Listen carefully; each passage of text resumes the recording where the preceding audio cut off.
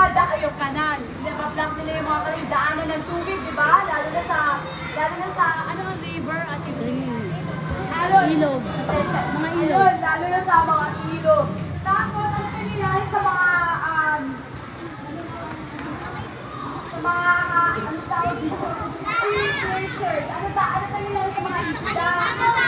Yes, nakakain nila yung mga plastic, di ba? Kaya ano mangyayari sa mga tao? Mamamatay din. Kasi pag kinain natin yung isda na may toxic na, magkakaroon din tayo ng sakit and eventually magkakaroon tayo ng cancer. Kaya, tandaan yung mga bata, huwag kayong magtatapon ng mga bagay kung saan sa layo ng plastic. Kasi hindi natutunaw yung kumakayaan nila sa daan. Dapat ilagay natin sa tamang basilahan sa mga recycling bin. Okay? Ngayon, meron pa, may problema pa tayo. Ano gagawin natin? Magtanim. Diba? Magtanim.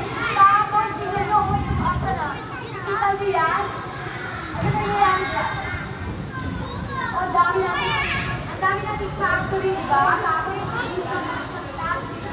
yung ano natin, yung atmosphere or nagiging polluted masyado. Masyado marami ng pollution. So,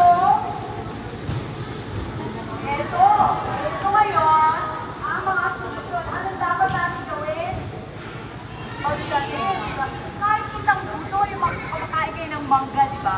Tinatapon nyo lang yung buto ng mangga. Isipin nyo, sige, lagay nyo sa patuto mo o hindi, at least meron kayong pag-iisip na magtanim. Di ba?